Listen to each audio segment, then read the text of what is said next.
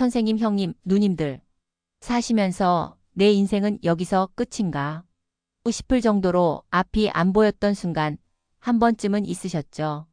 자식 농사가 뜻대로 안 될 때, 믿었던 사업이 고꾸라질 때. 그 막막함은 말로 다 못합니다. 그런데 말입니다.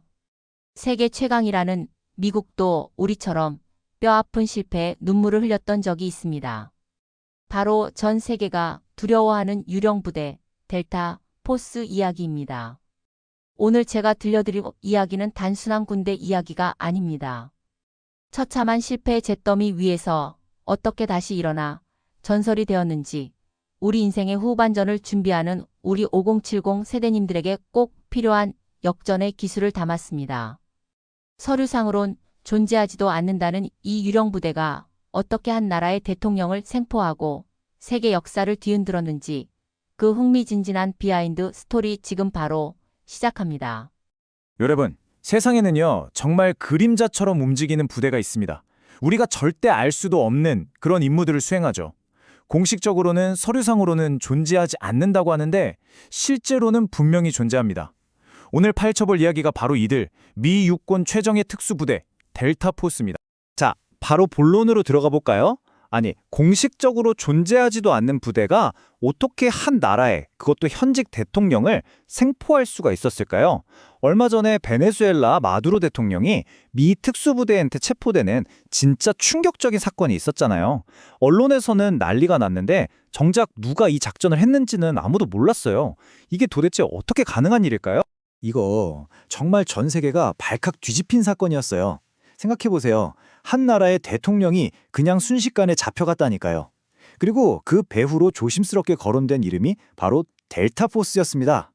지금 화면에 보시는 이 헤드라인들만 봐도 그때 분위기가 어땠는지 감이 오시죠? 이들의 작전 하나가 얼마나 큰 파장을 일으키는지 이걸 보면 딱 알 수 있습니다. 자, 그럼 이제부터 본격적으로 한번 파고 들어가 보죠. 도대체 왜, 어떤 시대적 위기가 있었길래 이렇게까지 비밀스럽고 또 이렇게까지 치명적인 부대를 만들어야만 했을까요? 모든 것엔 다 시작이 있잖아요. 1970년대, 이때는 정말 새로운 전쟁이 시작되던 시기였어요. 바로 테러리즘과의 전쟁이죠. 1972년 뮌헨 올림픽 참사, 정말 충격적이었잖아요. 그걸 시작으로 비행기 납치가 막 밥 먹듯이 일어나고, 기존의 군대로는 이런 비정규적인 위협에 도저히 대응할 수가 없다는 걸 미국이 아주 뼈저리게 느낀 거죠. 바로 그때 찰스 베쿠이스라는 사람이 나타나서 우리도 영국의 SAS 같은 부대가 필요하다고 강력하게 밀어붙였고, 그래서 마침내 1977년에 델타 폴스가 탄생하게 된 겁니다. 자, 그런데 여기서 진짜 흥미로운 이야기가 시작됩니다. 이제 막 만들어진 최정예 부대잖아요. 그럼 첫 번째 임무는 뭔가 화려하게 성공해야 할 것 같죠? 아니었습니다. 델타포스의 데뷔전은요, 그냥 실패가 아니라 역사에 남을 대재앙이었어요. 근데 정말 아이러니하게도 바로 그 끔찍한 실패가 지금의 델타포스를 만들게 됩니다. 상황은 이랬습니다. 1979년에 이란에 있는 미 대사관이 점거되고 미국인 52명이 인질로 잡히는 진짜 초유의 사태가 터진 거예요. 외교로는 답이 안 보이고 미국의 자존심은 완전히 구겨졌죠. 그래서 백악관이 마지막 카드를 꺼내든 겁니다. 비밀병기 데이터포스를 투입하자. 작전명 독수리 발톱이었습니다. 계획 자체는 정말 대담했어요. 진짜 영화 한 편 찍는 거죠.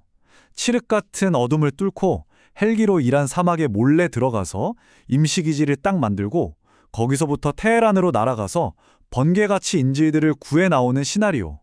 와, 근데 이게 정말 하나라도 삐끗하면 끝장나는 그런 작전이었던 거죠. 그런데 말이죠, 작전이 시작부터 제대로 꼬이기 시작합니다. 이란 사막의 밤, 이걸 예측 못한 거예요. 하부부라고 불리는 진짜 어마어마한 모래폭풍이 덮친 겁니다. 그냥 모래바람 수준이 아니라 아예 한 치 앞도 안 보이는 그런 상황이었어요. 헬기들은 당연히 길을 잃고 헤맸고 작전은 초장부터 심각하게 지연되기 시작했죠. 이게 끝이 아니었어요. 설상가상으로 이 혹독한 사막 환경이 헬기들을 그냥 집어삼키기 시작합니다. 유압장치가 터지고 프로펠러에 금이 가고 기계 고장이 연달아 터진 거예요. 결국 작전을 하려면 최소한 몇 대는 있어야 하는데 그 숫자마저 채우지 못하는 진짜 절망적인 상황까지 가게 된 거죠. 결국 현장 지휘관은 정말 뼈아픈 결정을 내릴 수밖에 없었습니다. 아직 인질들이 있는 테헤란은 구경도 못 해봤는데 이 사막 한가운데서 작전을 취소하라고 명령한 겁니다. 목숨 걸고 훈련했던 대원들한테는 정말 하늘이 무너지는 소리였겠죠. 하지만 진짜 비극은 여기서부터 시작됩니다. 철수하는 것마저 순탄치 않았어요. 그 혼란스러운 와중에 철수를 준비하다가 헬기 한 대가 수송기랑 그대로 충돌해버린 겁니다. 이 사고로 미군 8명이 목숨을 잃었어요. 인질 구출은커녕 아군만 8명이나 잃는 정말 최악의 최악의 결과로 끝나버린 거죠. 자, 이제 다음으로 넘어가 볼까요? 이 끔찍한 실패가 어떻게 보면 미 특수부대 역사상 가장 중요한 순간이 됩니다. 정말 역설적이죠? 이건 그냥 한 번 실패했다 수준이 아니라 아예 모든 걸 바꿔버리는 거대한 혁명의 시작점이 된 거예요. 미 국방부가 이 실패를 겪고 나서 정말 뼈저리게 반성한 거죠. 아, 이게 다 따로따로 놀아서 그랬구나. 지휘체계는 엉망이고 특수작전을 지원해줘야 할 항공부대는 뭘 해야 하는지도 모르고 이게 문제의 핵심이었던 거예요. 그래서 탄생한 게 바로 JSOC, 그러니까 육해공군 특수부대를 하나로 묶어서 지휘하는 합동특수작전사령부고요. 그리고 또 하나, 나이트 스토커라고 불리는 어떤 지옥 같은 상황에서도 특수부대원들을 실어 나르는 최정의 헬기 부대. 이 두 개가 만들어진 겁니다. 실패 한 번이 시스템 전체를 뜯어 고친 거죠. 자, 이렇게 말 그대로 잿더미 속에서 다시 태어난 델타포스. 그 후 수십 년 동안 미국에 보이지 않는 검이 돼서 전 세계의 어두운 곳에서 조용히 임무를 수행합니다. 이들이 어떻게 스스로를 증명해냈는지 한번 같이 보시죠. 지금 보시는 건 이들의 활동 중에 정말 빙산의 일각에 불과해요. 여러분, 영화 블랙호크 다운 아시죠? 그 모가디슈 전투. 거기서 진짜 말도 안 되는 수적 열세 속에서 싸운 게 바로 이들이고요. 이라크에서는 사담 후세인의 두 아들을 직접 제거하는 결정적인 역할도 했죠. 이렇듯 델타포스는 항상 미국의 가장 위험하고 가장 중요한 임무의 한가운데 있었습니다. 물론 우리가 아는 것보다 모르는 게 훨씬 많겠죠. 여기서 아주 재미있는 얘기가 하나 나와요. 미군들 사이에서 도는 농담 같은 거라고 하는데요, 이게. 미국의 양대 최정예 특수부대인 델타포스랑 네이비실의 문화가 얼마나 다른지를 딱 보여주는 말입니다. 간단하게 비교해 볼게요. 델타포스는 육군, 대북으로, 그러니까 실팀 6은 해군 소속이에요. 그래서 각각 지상, 해상 작전에 좀 더 강점이 있죠. 근데 진짜 큰 차이는 바로 인지도입니다. 오사마 빌라덴 잡으면서 세계적인 영웅이 된 게 대북으로잖아요. 반면에 델타포스는요, 철저하게 자신들을 숨깁니다. 전역하고 나서도 자기가 뭘 했는지 절대 말하면 안 돼요.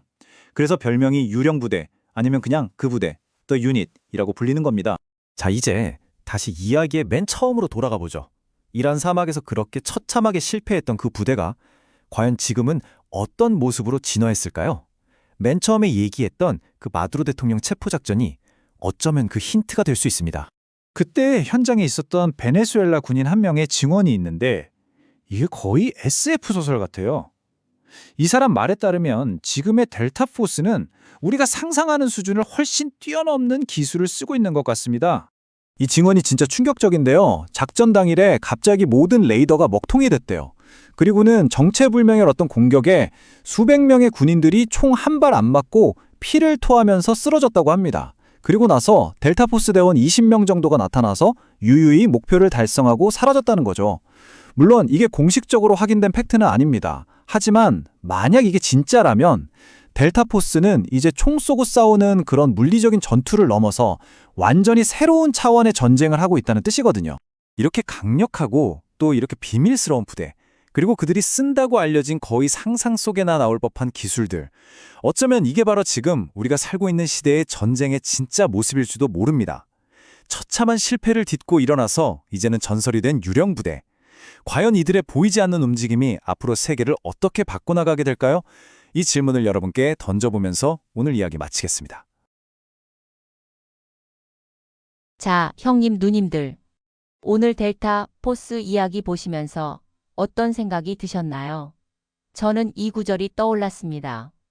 실패는 넘어지는 것이 아니라 넘어진 자리에 머무는 것이다. 델타 포스가 이란 사막에서의 참혹한 실패에만 머물렀다면 오늘날의 전설은 없었을 겁니다. 우리 5070 세대님들도 마찬가지 아닐까요? 지금껏 살아오시며 겪은 크고 작은 실패들, 그건 끝이 아니라 더 큰 성공을 위한 JSOC 같은 시스템을 만드는 과정이었을 뿐입니다. 오늘부터는 혹시라도 남아있는 과거의 후회는 모래 폭풍에 날려버리세요. 그리고 그 경험을 발판 삼아 더 멋진 인생 이막을 설계하시길 응원하겠습니다. 오늘 이야기가 유익하고 가슴 한구석이 뜨거워지셨다면 아래 구독 버튼과 좋아요 꼭 부탁드립니다. 선생님들의 응원이 제가 더 좋은 정보를 들고 오는 큰 힘이 됩니다. 궁금하신 점이나 오늘 내용에 대한 생각은 댓글로 자유롭게 남겨주세요. 제가 하나하나 다 읽어보고 답글 남겨드리겠습니다. 오늘도 건강하고 당당한 하루 되십시오. 감사합니다.